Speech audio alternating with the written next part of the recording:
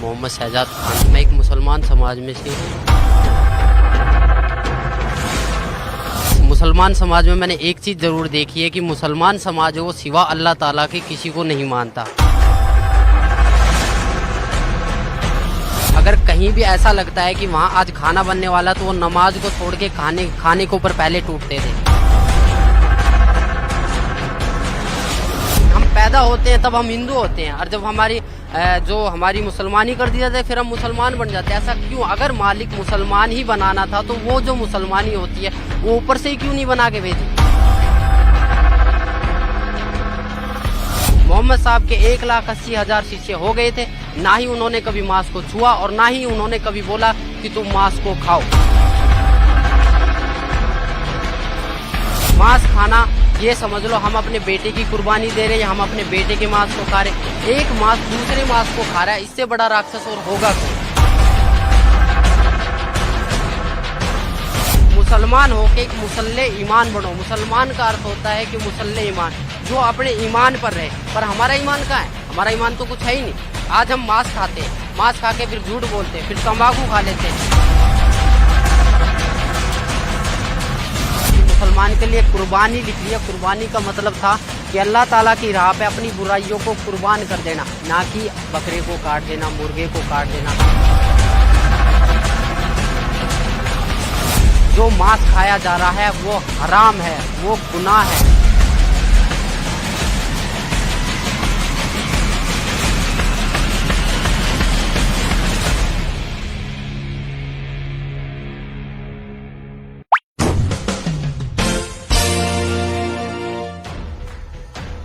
क्या नाम है जी आपका? मेरा नाम शहजाद दास है और मालिक के शरण में आने से पहले मैं मोहम्मद शहजाद खान था। मालिक की शरण में आने के बाद मेरे को शहजाद दास नाम है मेरा। मैं एक मुसलमान समाज में से हूँ और मेरे को शुरू से ही हमारे जो बुजुर्ग है, जो भी हमारे माता पिता, जो भी हमारे मौलवी साहब है, उन्होंने मुझे सिर्फ एक ही चीज़ सिखाई थी कि नमाज पढ़ो, रोज़े रखो, ईद बकरीद मनाओ, मांस खाओ, कुछ भी करो पर मालिक का नाम लो। बस मुसलमान समाज में मैंने एक चीज़ ज़रूर देखी है कि मुसलमान समाज वो सिवा अल्लाह ताला के किसी को नहीं मानता। ये मैंने उन चीज़ों की देखा है। और इसके अलावा उन्होंने मेरे से कहा था कि एक तहज्जुद की नमाज होती है जो रात के 12 बजे पढ़ी जाती है, अगर उसको पढ़ लोगे तो जो तुम्हारा सबाब है, सबाब का मतलब जो फल है वो दुगना हो जाता है। और सुबह 4 बजे की जो नमाज जिसे हम फजर की नमाज बोलते हैं, अगर पढ़ के अगर आप किसी काम के लिए चलते हो तो ये समझ लो वो काम तो आपका 100% होगा।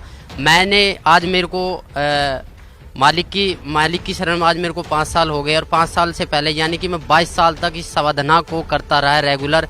पर मेरे को 1% भी ऐसा नहीं लगा कि आज मैंने अपना फ्यूचर बना लिया हो या आज मैंने अपना कोई काम कर लिया हो या फिर मैं किसी चीज़ में परफेक्ट हुआ हूँ या किसी चीज़ में मैं सक्सेसफुल हुआ हूँ। मुझे ऐसा कुछ अनुभव नहीं हुआ। यहाँ तक कि मैंने जो ख्वाजा गरीब नवाज की दरगाह है जो अजमेर में है, जिसको मोइनुद्दीन चिश्ती की दरगाह बोला जाता है, जो पूरे वर्ल्ड में प्रसिद्ध है, उस पर भी मैंने चादर के लिए बोला। मेरे मम्मी पापा ने कहा कि आप वहाँ जाओ, वहाँ चादर चढ़ाओ, वो सबकी मुराद पूरी करते तो आप वहाँ जाओ। मैं वहाँ भी गया, उनके लिए चादर बोला।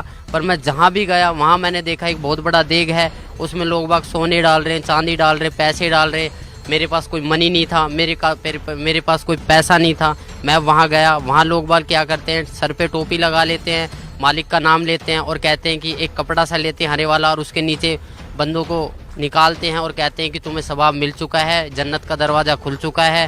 कहते हैं ये जन्नती दरवाज़ा और रमज़ान के दिनों में खोला जाता है। पर मुझे आज तक वहाँ जाने से, मेरे कम से कम भी 22 साल तक रेगुलर गया, पर मुझे वहाँ जाने से कोई लाभ नहीं हुआ, ना ही मुझे कोई फ़ायदा हुआ है। और बहुत सी जगह गया, अलीगढ़ दरगाह पे भी गया, महरौली की जो दरगाह है वहाँ पर भी गया, वहाँ भी चद्दरें बोली है। वहाँ सिर्फ क्या है कि बाहर मांस कटता है, अंदर मालिक का वो पत्थर होता है, पत्थर के सामने सिजदा करो या उसके ऊपर कोई चद्दर चढ़ा दो, वही कहानी। हर जगह एक ना एक स्टेप सीखने को मिलते हैं। महरौली की जो दरगाह वहाँ क्या है, बहुत बड़ा एक दरगाह बना रखी है और वहाँ पत्थर है, वहाँ पत्थर के ऊपर चद्दर बिछा दो और बाहर क्या है मांस खाओ। मांस के टुकड़े कर के खिलाए जाते थे और कहते हैं कि ये बहुत बड़ा सवाब है। मालिक ने मांस के लिए बोला गया है, मालिक ने बोला था कुर्बानी दो, बकरे, गाय, भैंस जो भी उनके हाथ लगे उसको कुर्बान करते थे और लोग बागों को खिलाते थे। इससे वो अपना कर्म तो खराब करते थे, दूसरे के कर्म भी बिगाड़ते। मुसलमान धर्म में जो मांस बनता है वो इस प्रकार बनता है जैसे कोई हरी सब्जी बना रहा हो, और मांस में भी कोई बकरा काट देता है, कोई मुर्गा काट देता है, कोई भैंस काट देता है, और सब चल रहे हैं। और सबको बोला जाता था एक ही मटके में से, शराबी भी उसी मटके से पानी पी रहा है, कैंसर वाला भी उसी मटके से पानी पी रहा है, बच्चे भी उसी मटके से पानी पी रहे, बाप भी उसी मटके से पानी पी रहा है, और कोई नमाजी आदमी भी है वो भी उसी मटके से पानी पी रहा है। अगर मैं उस पर ऑब्जेक्शन उठाता था, मैं कहता था ये गलत है, तो वो कहते थे ये नहीं है, ये सवाब है, मुसलमान एक दूसरे मुसलमान का झूठा खा सकता है। इससे मैं बहुत इरेटर हो गया, मतलब इतना इरेटर हो गया कि मैं अपना मानसिक संतुलन खो बैठा था, और मैं सोचा कि ये नहीं होगा। फिर मैंने अपने एक मौलवी साहब से बात करा कि क्या ये जो हम कर रहे हैं, जो हम जो चल रहे हैं, ये क्या सच है। उन्होंने कहा कि बहुत अच्छा है, आप एक काम करो, 40 दिन की जमात में जाइए। 40 दिन की जमात में तो नहीं गया, पर हाँ मैं 3 दिन की जमात में ज़रूर गया था। कादियान गया था, वहाँ से मैं कुछ बुकें लेकर आया था जो आज सदगुरु रामपाल जी महाराज के पास हैं। उन्होंने क्या बताया था, उन्होंने वहाँ भी क्या था, वहाँ मैंने देखा एक भेड़चाल, जो अगर कहीं भी ऐसा लगता है कि वहाँ आज खाना बनने वाला, तो वो नमाज को छोड़ के खाने के ऊपर पहले टूटते थे। वो भक्ति नहीं देखते थे, वो ही सोचते थे कि हमारा पेट भरे और हम सोए। नमाज कोई अहमियत नहीं रखती उन बंदों के लिए। नमाज थी एक नित्य नियम, और नमाज से ऐसा मुझे कोई फ़ायदा नहीं मिला। मेरे माँ बाप ने ये बोल दिया था कि तू ज़िंदगी में कभी अपना फ्यूचर नहीं बना पाएगा, और सदा ज़िंदगी एक मजदूरी की तरह काम करता रहेगा। सर संत रामपाल जी महाराज की शरण में कैसे आए आप? मुसलमानों में क्या कहा जाता है कि नहीं, हमें सीधा मुसलमान बना के भेजा है, बट मैं इस परंपरा को निभाता आया। तो एक दिन क्या हुआ कि मेरे को ऐसे ही मैं बैठा हुआ था, अपने पापा के हॉस्पिटल में बैठा हुआ था। मेरे फादर का हॉस्पिटल था खान हॉस्पिटल मानेसर के अंदर, गुड़गांव के अंदर, वहाँ बैठा हुआ था। तो मेरे को भक्ति सौदागरों का संदेश एक किताब मिली, उसे मैं धीरे धीरे पढ़ना स्टार्ट करा। मैंने पापा से पूछा, पापा ये पुस्तक कहाँ से आई? उन्होंने कहा कि मैंने डाक द्वारा ये बरवाला से मंगवाई है, आश्रम से मंगवाई है। तो मैंने वो धीरे धीरे पढ़ी। उसमें देखा मैंने जो कलाम पाक की एक हेडिंग लिख रही थी, जिसमें लिखा गया था कि वह अल्लाह ताला जिसने पानी की एक बूंद से आदमी और औरत को उत्पन्न किया, और फिर इस पृथ्वी पर साहिब नस्ल, किसी का बाप, किसी का दामाद, किसी का औरत बना के भेज दिया है, उस अल्लाह ताला के बारे में, जिसने आसमान और ज़मीन जो इसके बीच दरमियान है उसको 6 दिन में बनाया और 7वें दिन तख्त पर जा विराजा, उसके बारे में किसी बाखबर से पूछ कर देखो। उन्होंने बताया था कि सूरत फुरकान 25 आयत 52 से 59 में ये लिख रहा है। तब मैंने इस चीज़ को गौर किया, मैंने इस चीज़ को नोट किया, और कुरान शरीफ हिंदी में लेकर आया, उसको पढ़ा, उसमें देखा, सेम टू सेम वही कहानी निकली। मेरा दिमाग घूम गया, मैं सोचने लग गया कि ये ज्ञान और एक हिंदू समाज के आदमी के पास, और इतने एक कलाम पाक का ज्ञान एक हिंदू समाज के आदमी के पास कैसे आया। मैंने फिर उसको और ज़्यादा गहराई से पढ़ना स्टार्ट किया। मैं 2-2, 3-3 घंटे खाली पेट उसे पढ़ता रहा। धीरे धीरे मुझे ज्ञान हुआ। एक दिन मैंने निर्णय ले लिया कि मैं आज से जब भी दुकान खोलूँगा तो पूर्ण परमात्मा संत रामपाल जी महाराज का नाम लेके ही खोलूँगा। नया हॉस्पिटल था, मैंने स्टार्टिंग से ही दुकान पूर्ण परमात्मा संत रामपाल जी महाराज के नाम से खोलना स्टार्ट करा। और मैंने अंदर ही अंदर एक प्रेरणा बनाई कि मालिक, मैं इतना अभी अपने पैरों पर खड़ा नहीं हूँ। अगर मैं अपने पैरों पर खड़ा हो गया, या मैं जो मेरे घर वाले मुझे बोलते हैं, या मुझे ऐसा लगा कि मालिक अगर आप ही भगवान हो, आप ही ईश्वर हो, आप ही गॉड हो, तो मुझे कम से कम इतना ज्ञान दे दो ताकि मैं आपके पास आ सकूँ। तो धीरे धीरे मैं जब दुकान खोलता तो दुकानों की प्रोग्रेस होने लगी। इतना प्रोग्रेस हुआ कि जब भी मैं धीरे एक बार आया, मैं गांव में पूछा मैंने कि यहाँ पर मेरे को जाना है एड्रेस पे, तो उन्होंने बताया कि एक हमारे मुरारी भगत जी थे, उन्होंने वहाँ का एड्रेस दिया कुछ होने। वहाँ पर मैं गया, वहाँ पर मालिक की तस्वीर देखी, मैं बोला मुझे यहाँ जाना था। जब तक मुझे नहीं पता था कि मालिक करोथा को छोड़ के बरवाला में आ चुके हैं। तो उन्होंने कहा था कि हम उस दिन जाएंगे, 7वें महीने की 11 तारीख को मैं यहाँ पर आया छोटे आश्रम बरवाड़ा पे। मैंने यहाँ नाम लिया, और नाम लेने के बाद जब मालिक से मैंने बताया कि मालिक मैं ऐसे ऐसे कष्टों से उभर कर आया हूँ, तो मालिक ने मेरे को बहुत प्यार करा और बोला बेटा करोड़ों के ऊपर तेरी मेहर हुई है, और तू इस भक्ति पर डटा रह, इस भक्ति पर डटा रहा। अगर नियमों में रहा तो तू जिंदगी में वो चीज़ पा जाएगा जो तूने कभी कल्पना भी नहीं करी। सर संत रामपाल जी महाराज जो आपके पूज्य गुरुदेव हैं, उनसे नाम उपदेश लेने के बाद आपको क्या लाभ मिला? सबसे पहले नाम उपदेश लेने के बाद मैंने जो मेरा मनुष्य जन्म था वो सुधरा। मैंने मांस खाना छोड़ दिया। मैं उस मुसलमान समाज के प्रति जो एक सद्भावना थी, जो एक मैं खोज रहा था अल्लाह ताला को, जो मैं एक देखना चाहता कि अल्लाह ताला कौन था, उसके बारे में मुझे पता लगा। फिर मैंने यहाँ से जितने भी अपने मुसलमान भाई हैं, जितने भी अपने मुल्ला काजी, उनसे पूछा कि भैया ऐसे इस बात है। दुआ सलाम भी करता था, सारे काम करता था। वो 2-4 बार मेरी बातें सुनते थे। एक मैं मौलवी साहब से पूछने गया, वहाँ 4-5 उनके शिष्य बैठे थे। मैंने बोला जी अस्सलाम वालेकुम, उन्होंने कहा वालेकुम अस्सलाम। तो ऐसे ही माइंड में पर्सन घूम गया। मैंने कि जी इसका मतलब क्या होता है कि हम जो दुआ सलाम करते हैं अस्सलाम वालेकुम और वालेकुम सलाम। तो उन्होंने, हालांकि उन्होंने जवाब अपने तरीके से सही दिया, बट मुझे उसमें से कोई संतुष्टि नहीं हुई। फिर मेरा दूसरा जो क्वेश्चन था, मैंने कि आप एक बात बताइए कि अल्लाह ताला, आप कहते हो कि अल्लाह ताला बेजून है, निराकार है, अल्लाह ताला दिखाई नहीं देता, अल्लाह ताला को पाने की कोई विधि? वो कहते हैं जी ज़कात निकालो। ज़कात का मतलब होता है कि अपना जो पैसा होता है उसको मालिक की राह में कुर्बान कर दो, मालिक की राह में दान कर दो। मैंने बोली जी कैसे दान करते हैं? बोला जी आप एक काम करो, ज़कात का मतलब होता है कि आप चावल में मांस बनवाइए और उसको गरीबों में बंटवाइए। तो मैंने वहाँ से ये ठान लिया कि मैंने सोचा कि जो ये बंदा बोल रहा है, मैं बोला जी इसका परिणाम जो है हमारी कुरान शरीफ में है। उन्होंने बोला जी कुरान शरीफ में नहीं है, हदीस में है। मैं बोला जो आसमानी किताबें उतरी है, हमारी कुरान शरीफ उतरी है, तौरेत उतरी है, इंजील उतरी है और जंबूर उतरी है, इनके अलावा अगर आप मेरे को कोई और किताब दिखाओगे तो मैं कैसे मान लूँगा? बोला जो कुरान शरीफ है उसमें तो खाली अरबी भाषा है और जो हदीस है उसके मायने हदीस में है। मैं बोला फिर जो कुरान शरीफ हिंदी में निकल रही है उसका क्या अर्थ है? बोला वो किसी ने गलत चला दिया, उसमें कुछ मायनों का अर्थ कुछ गलत होता है। तो इसी प्रकार मुझे भटकाया गया, मैं बहुतों से मिला। इसके बाद जो भी मुझे संतुष्टि हुई सदगुरु रामपाल जी महाराज के चरणों में आने से हुई है। और इसके अलावा किसी भी मुसलमान पंथ या किसी भी मुसलमान प्रवक्ता के पास ऐसा कोई भी मार्ग नहीं है। मैं खुद एक मुसलमान होके आप सभी भाई बहनों को ये बताना चाहता हूँ कि जितना भी मैंने नमाज पढ़े, मुझे पता है नमाज में क्या पढ़े, नियत बांधते हैं उस अल्लाह ताला के बारे में, फिर बोलते हैं सना सुभानक अल्लाहुम्मा व बिहम्दिका व तबारक अस्मुका। इसकी हिंदी निकाल के देखो, आप इसकी हिंदी निकाल के देखो, उसमें आपको कहीं भी नजर नहीं आएगा कि आप किसी परमात्मा की प्रार्थना कर रहे हो, क्योंकि ये प्रार्थना है ही नहीं, आप तो आदेश दे रहे हो। मैंने एक हिंदी निकाल के देखा, अल्हम्दुलिल्लाहि रब्बिल आलमीन अर्रहमानिर रहीम मालिक यौमिद्दीन इय्याका नअबुदु व इय्याका नस्तईन इहदिनस सिरातल मुस्तकीम सिरातल लजीना अनअमता अलैहिम गैरुल मगदूबी अलैहिम वनद्वालिन आमीन। ये प्रार्थना हम शुरू में पढ़ते थे, बट इसका कोई मतलब ही नहीं निकला। क्यों नहीं निकला? क्योंकि इसमें कोई प्रार्थना की चीज है ही नहीं। हम तो आदेश दे रहे हैं कि ए पैगंबर तू वहां जा, तू फलानी जगह कर, तू ये काम कर, तू ये काम कर। ये तो हम एडवाइस कर रहे हैं, पर हमें एक प्रार्थना करनी है। हमें नमाज का मतलब समझना है। नमाज चीज क्या है? नमाज का मतलब जो है परमात्मा बताते हैं कि नमाज का मतलब होता है कि अरदास लगाना, अपनी प्रार्थना लगाना, नित्य नियम करना। हमें 5 टाइम की नमाज दी है, फजर, जोहर, असर, मगरिब, ये 5 टाइम की जो नमाज दी है। पर आज लग हमने नमाज कौन सी सच्चे दिल से पढ़ी?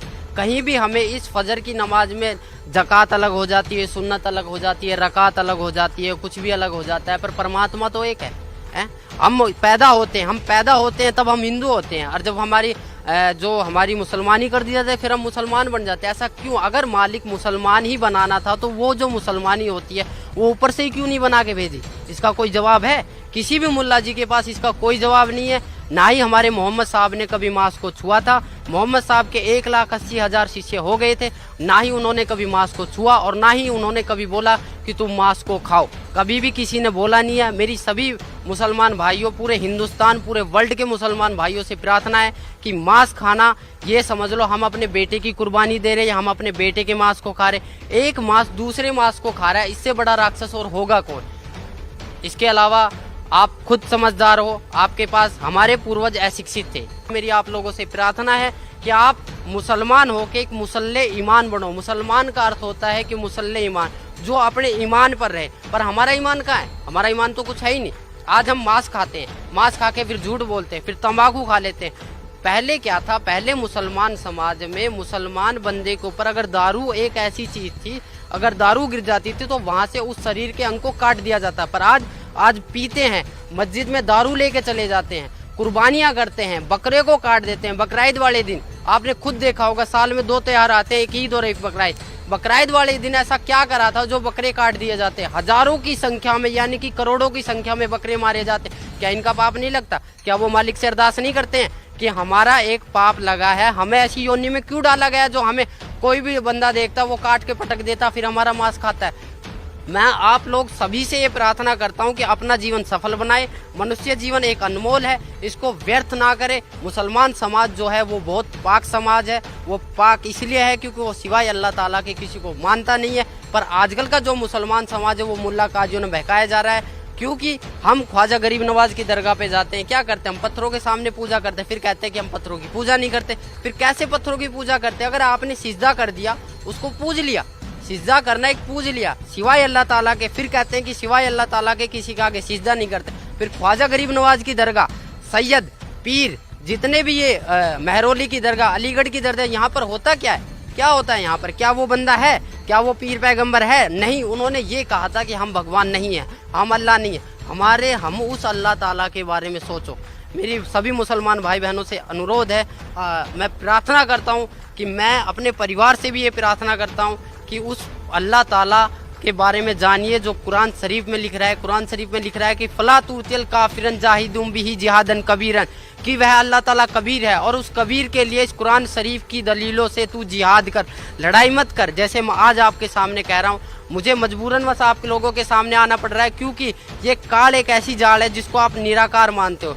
जिब्राइल अलैहिस्सलाम फरिश्ता जो कुरान शरीफ की आयतों को लेके मोहम्मद साहब के पास आया था, उस टाइम मोहम्मद साहब ने कहा था कि मैं अनपढ़ हूँ, मुझे पढ़ना नहीं आता, फिर भी उसने 3 बार ज़बरदस्ती उनका गला घोट कर उनके ऊपर, उनके अंदर शक्ति डालकर पढ़वाया कि जा नीचे जा, उसको बोल कि मेरा ईमान फैलाए, ईमान फैलाए। वो ईमान इतना तगड़ा फैलाया कि आज लग उस ईमान से हम निकल नहीं पाए हैं।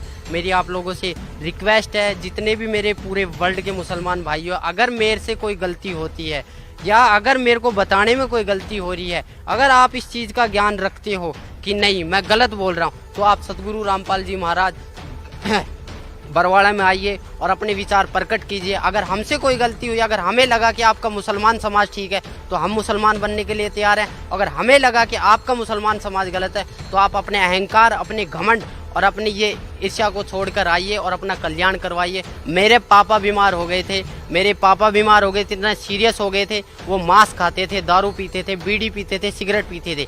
डॉक्टरों ने बोला फेफड़ा खराब हो गया, दिल 20% काम करने लग गया है।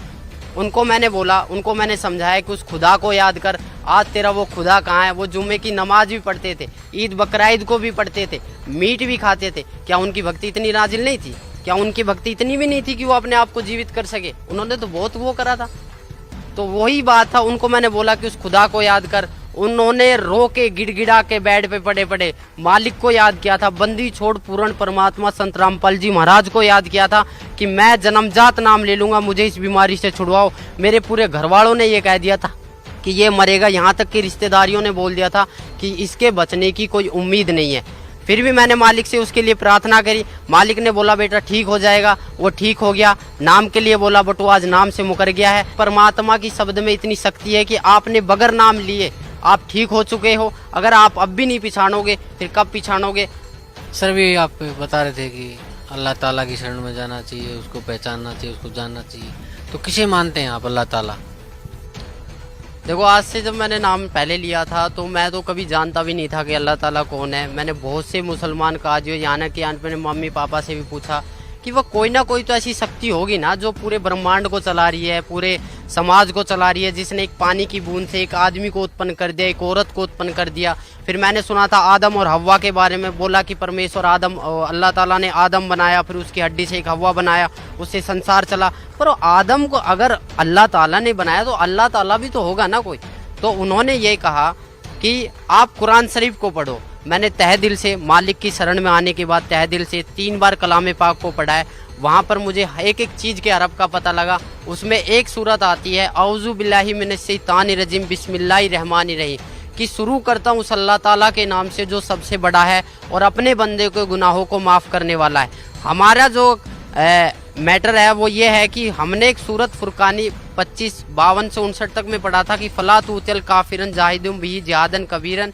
इसमें कबीर परमात्मा को जो बड़ा बोला गया है। मैंने बहुतों मुसलमान काजियों से पूछा कि कबीर का अर्थ क्या है, कि कबीरा गुनाह है। कौन सा गुनाह है? पाप का है, चोरी का है, डकैती का है। बोला कबीरा गुनाह है जिसकी कोई माफ़ी नहीं हो सकती। उन्होंने सब एक अज्ञान रूपी के कारण बहकाया हुआ था। असली ज्ञान ये था, मालिक के द्वारा दिया और था कि कबीर इज गॉड है, कबीर ही अल्लाह ताला, अल्लाहू कबीर है, नोट है अल्लाहू अकबर। अल्लाहू अकबर बोलो या अल्लाहू कबीर है बोलो, बात एक ही है, वह अल्लाह कबीर है। और बड़े का मतलब होता है कबीर। अगर बड़े को लेके चलते हैं तो इसका अर्थ ये बनता है कि शुरू करता हूँ उस अल्लाह ताला के नाम से जो कबीर है और अपने बंदों के गुनाहों को माफ़ करने वाला है। उस हजरत मोहम्मद साहब जो हमारे नबी है, जो पीर पैगंबर थे, जिनको नबी का दर्जा दिया गया, उनको भी जिंदा महात्मा के रूप में मिले थे जब उन्होंने अपनी शब्द से गाय को मार दिया था और उनसे जीवित नहीं हुई थी। उन्होंने जाके एक गुफा में रोए, घर को बंद करके रोए कि अल्लाहू कबीर है, गिड़गिड़ाए अल्लाहू कबीर है, अल्लाहू कबीर है। तो वो एक सूक्ष्म रूप धर कर आए। तब उन्होंने कहा था कि मेरी गाय को जीवित कर दो। तब उन्होंने कहा था जाओ मोहम्मद आपकी गाय जीवित हो जाएगी। तब एक सूक्ष्म रूप में वो आए और उनकी गाय जीवित करी और वो चले गए। तब से मोहम्मद साहब की महिमा बनी। जिस दिन को गाय को काटा गया था, जिस दिन को गाय को काटा गया था, वो मुसलमान भाइयों ने अपनी डायरी में लिख लिया। उसी दिन से ये जीव हत्या का प्रथा चलने लगी है। अगर आपको मेरी बात पे यकीन नहीं है, अगर आपको मेरे ऊपर विश्वास नहीं है, तो आप अपने खुद मुल्ला काजियों से पूछो जाके कि आखिरकार में जो रमजान था, रमजान में जो चारों किताब निकली थी, जो कुरान शरीफ उतरी थी, ऐसा मोहम्मद साहब जब इतने प्यारे थे, अल्लाह ताला के इतने प्यारे नबी थे, तो उनका जो एंड हुआ था वो इतना बुरा क्यों हुआ था?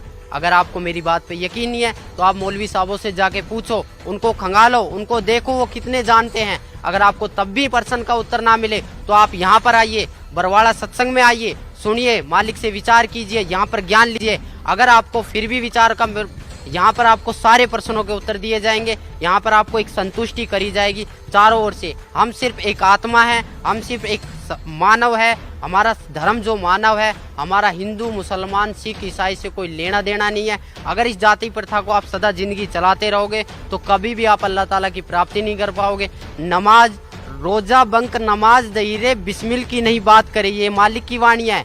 रोजा बंक नमाज दहीरे, बंक माने अजान, अजान जो लगाते हो, अजान का मतलब क्या होता है? अजान का मतलब ही क्या होता है? अल्लाहु अकबर, अल्लाहु अकबर, अशहदु अन ला इलाहा इल्लल्लाह, अशहदु अन ला इलाहा इल्लल्लाह, अशहदु अन्ना मुहम्मदर रसूलुल्लाह, अशहदु अन्ना मुहम्मदर रसूलुल्लाह, हय्या अलस सलाह, हय्या अलस सलाह, हय्या अलल फलाह, हय्या अलल फलाह, कद कामती सलाह, कद कामती सलाह, अल्लाहु अकबर, अल्लाहु अकबर, ला इलाहा इल्लल्लाह। इसका मतलब क्या है? आज लग ना तो हमने कभी कोशिश करी, बस एक आवाज़ आती है उसके पीछे हम चल देते हैं। जैसे एक भेड़ जा रही है, उसको पता है मैं मरने जा रही हूँ, फिर भी हजारों की संख्या में से एक भेड़ निकलती है उसके पीछे, फिर एक छोटी सी भेड़ उससे निकलती है कि ये आखिरकार में भेड़ जा कहाँ रही है।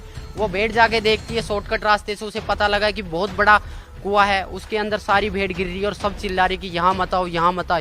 वो अपने माँ बाप भाई बहनों सबको समझाता है कि आप प्लीज़ इस रास्ते को छोड़ दो। सब कहते हैं कि नहीं, तेरे बड़े बुजुर्ग चले थे, तू भी चल। बड़े बुजुर्ग चले थे क्योंकि वो अशिक्षित थे, हम पढ़े लिखे, हमारे पास सही है, प्रमाण है। आप अपनी कुरान शरीफ को खोल के देखो, फजाइल अमाल को खोल के देखो, मोहम्मद साहब की जीवनी पढ़ो। हजरत मोहम्मद साहब कौन थे? उनकी 40 साल के बाद 2 बार विधवा हो चुकी खाजिदा बेगम से शादी हुई थी, 4 पुत्र 3 लड़कियां प्राप्त हुई थी। उनके सामने उनके पुत्र हाशिम, काबिल और ताहिर तीनों आपस में कट के मर गए थे। उस आदमी का जीना क्या जीना जिसके सामने उसकी बच्चों को ही मौत हो गई।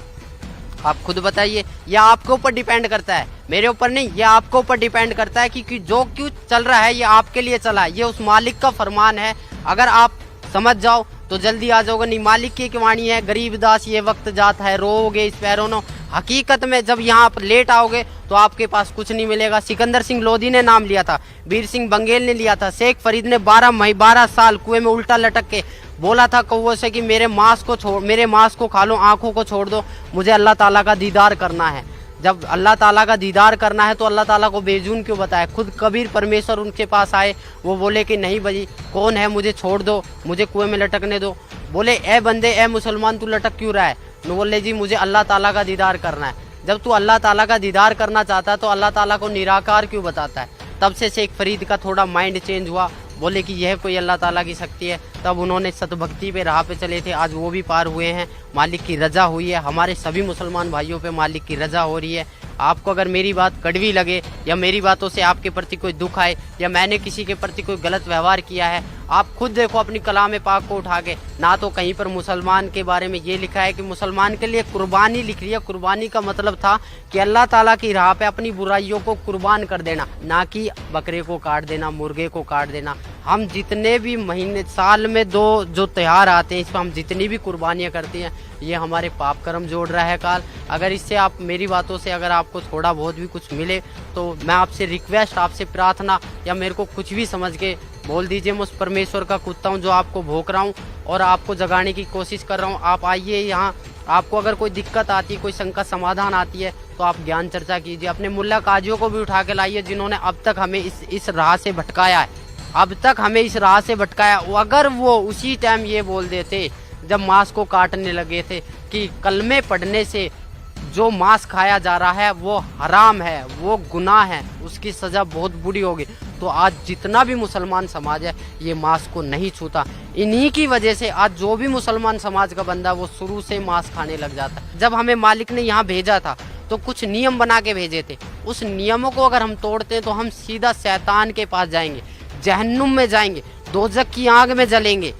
ये उस मालिक का फरमान है। अगर हम नियम पर चलेंगे, उस अल्लाह ताला की भक्ति करेंगे, उस अल्लाह ताला की इबादत करेंगे जो वास्तव में अल्लाह ताला है, जो खुदा है, जिसको वास्तव में खुदा बोला जाता है, वह खुदा कबीर परमेश्वर है, उसका सत्य ज्ञान है। उसका सत्य ज्ञान सिवाय सतगुरु रामपाल जी महाराज के अलावा इस पृथ्वी पर कोई देने वाला ना है और ना रहेगा। मुल्ला काजियों में अगर इतना ही दमखम है तो मेरे को एक ही बात बता दो कि वो कुरान शरीफ के बारे में इतना सब कुछ जानते हुए भी हमारे मुसलमान भाइयों को भटकाया क्यों नहीं कहा कि भैया इसके बारे में ये लिखा है कि उस बाखबर से पूछ कर देखो, उस इल्म वाले से पूछ कर देखो। अगर आप लोगों के पास थोड़ा सा भी अगर ज्ञान था, थोड़ा सा भी अगर ध्यान था, थोड़ा सा भी अगर आप उस मालिक से डरते थे तो आपको मुसलमान समाज भटकाना नहीं था, जो कि आज के मुसलमान समाज को, आज के युवा पीढ़ी मुसलमान समाज के बच्चों को ज़रूरत है। मेरी अपनी युवा पीढ़ी से, मेरे अपने मम्मी पापा से, मेरे अपने पूरे मुसलमान समाज से, मेरे अपने पूरे मुसलमान धर्म के लोगों से, मेरे अपने पूरे मुसलमान धर्म के माइयों बहनों से, सबसे मैं रिक्वेस्ट करता हूँ, प्रार्थना करता हूँ कि आप एक बार इस आश्रम में आइए। सतगुरु रामपाल जी महाराज बरवाड़ा में जो आए हुए हैं, ये अल्लाह ताला के मुनाइंदे हैं, यानी कि अल्लाह ताला के द्वारा भेजे हुए एक फरिश्ते हैं जो हम सोए हुए आत्माओं को जगाने के लिए आए हैं। हमें उसी जन्नत में वापस जाना जहाँ से हम अल्लाह ताला से बिछड़ कर यहाँ आए हैं। आप खुद कहते थे, हमें खुद बताया जाता था कि हम जन्नत से आए हैं। जब हमें इतना पता है कि ये शैतान का सब कुछ है, यहाँ शैतान का ही हुक्म चलता है, तो हम यहाँ से निकलने की क्यों इच्छा नहीं करते? क्या ये हमारा खुद का है? हमारा शरीर भी खुद का नहीं है। अगर हकीकत पूछो तो मनुष्य जन्म इतना अनमोल जन्म है, पर हम इसको अपनी गलत साधना के कारण, अपनी अज्ञानता के कारण इसको बर्बाद दिन पर दिन करते जा रहे हैं। मैं आपको एक पर्सनली बताता हूँ, मेरे रिश्तेदार 40 दिन की जमात में गए, 40 दिन की जमात में गए, हज में गए, 2 बार हज करके आए। कहते हैं कि हज में जो जाता है वो बंदा सीधा जन्नत को जाता है। उसके घर में उसकी बहू का एक 1.5 साल की लड़की गुजर गई, 1.5 महीना पहले। उसको 1.5 महीने के बाद एक बच्चा पैदा होने वाला था, 1.5 महीने के बाद उसका लड़का होते ही गुजर गया। तो इससे बड़ी आफत और क्या आ सकती है उस बंदे के लिए जो बंदा जमात में गया है? उस बंदे को क्या वो मालिक इतना नहीं देख सकता कि ये बंदा मेरी राह में लग रहा है, इस बंदे के घर में बरकत दूं, या इस घर के बंदे को मैं सही सलामत रखूं? ये बंदा अगर काल जब अपनी वाली पे आता है, काल जब को खाने लगता है तो वो किसी का ना माँ देखता, ना बेटी देखता, ना बहन देखता है, ना बेटा देखता है, ना बाप देखता है। उसको सिर्फ खाने के लिए 1 लाख चाहिए, 1.25 लाख उत्पन्न कर ले, उसको श्राप मिला हुआ है। आप सभी भाई बहनों, सभी मुसलमान भाई बहनों, भाईजानों से मेरी प्रार्थना है, मेरी रिक्वेस्ट है कि आप सतगुरु रामपाल जी महाराज के चरणों में आइए। मुझे आने से लाभ हुआ है, मुझे आने से लाभ हुआ है, आपको भी होगा अगर आप नियम पर चले, उस बंदी छोड़ के नियम पर चले। उस अल्लाह कबीर ताला को याद करो जो वास्तव में अल्लाह ताला है। अगर कबीर अल्लाह ताला नहीं है तो 786 बहुत कहते हैं कि 786 बार कबीर अल्लाह कुरान शरीफ में लिखा हुआ है। आप एक बार खोल के देखो, कुरान शरीफ को पढ़ के देखो। हम बहुत डरते थे कि कुरान शरीफ को हम पढ़ेंगे तो हमें पाप लगेगा, हमें अजाब मिलेगा, हम नापाक हैं। नापाक अगर बंदा है तो भी कुछ दिक्कत नहीं है। आप कुरान शरीफ को खोल के देखो, कुरान शरीफ को पढ़ के देखो, कुरान मजीद को पढ़ के देखो, फ़ज़ाइल अमाल को पढ़ के देखो, मोहम्मद साहब की जीवनी को पढ़ के देखो, आपको बहुत कुछ मिलेगा। बहुत कुछ है कुरान शरीफ में। अगर कुरान शरीफ के अलावा कोई भी मुल्ला काजी आपसे ये कहता है कि नहीं इसमें तो ये चीज़ नहीं है, हदीस में है, तो तो हदीस तो मालिक ने बनाई ही नहीं है। हदीस तो आसमानी किताब है ही नहीं। हमारी 4 किताबें हैं, तौरेत, इंजिल, जंबूर और कुरान शरीफ। एक ईसा अलैहिस्सलाम पर उतरी थी, एक दाऊद अलैहिस्सलाम पर उतरी थी, एक मूसा अलैहिस्सलाम पर उतरी थी, और चौथी किताब जो है रमज़ान के दिनों में उतरी थी।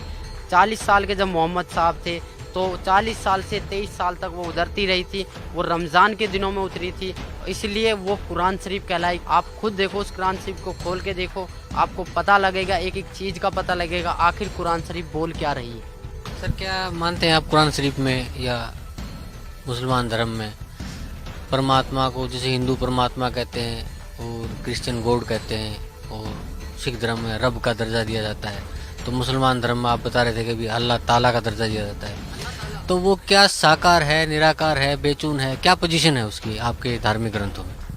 देखो जी, धार्मिक ग्रंथों के हिसाब से अगर आप चलते हो तो अल्लाह ताला को निराकार तो घोषित कोई भी धार्मिक ग्रंथ करता ही नहीं है।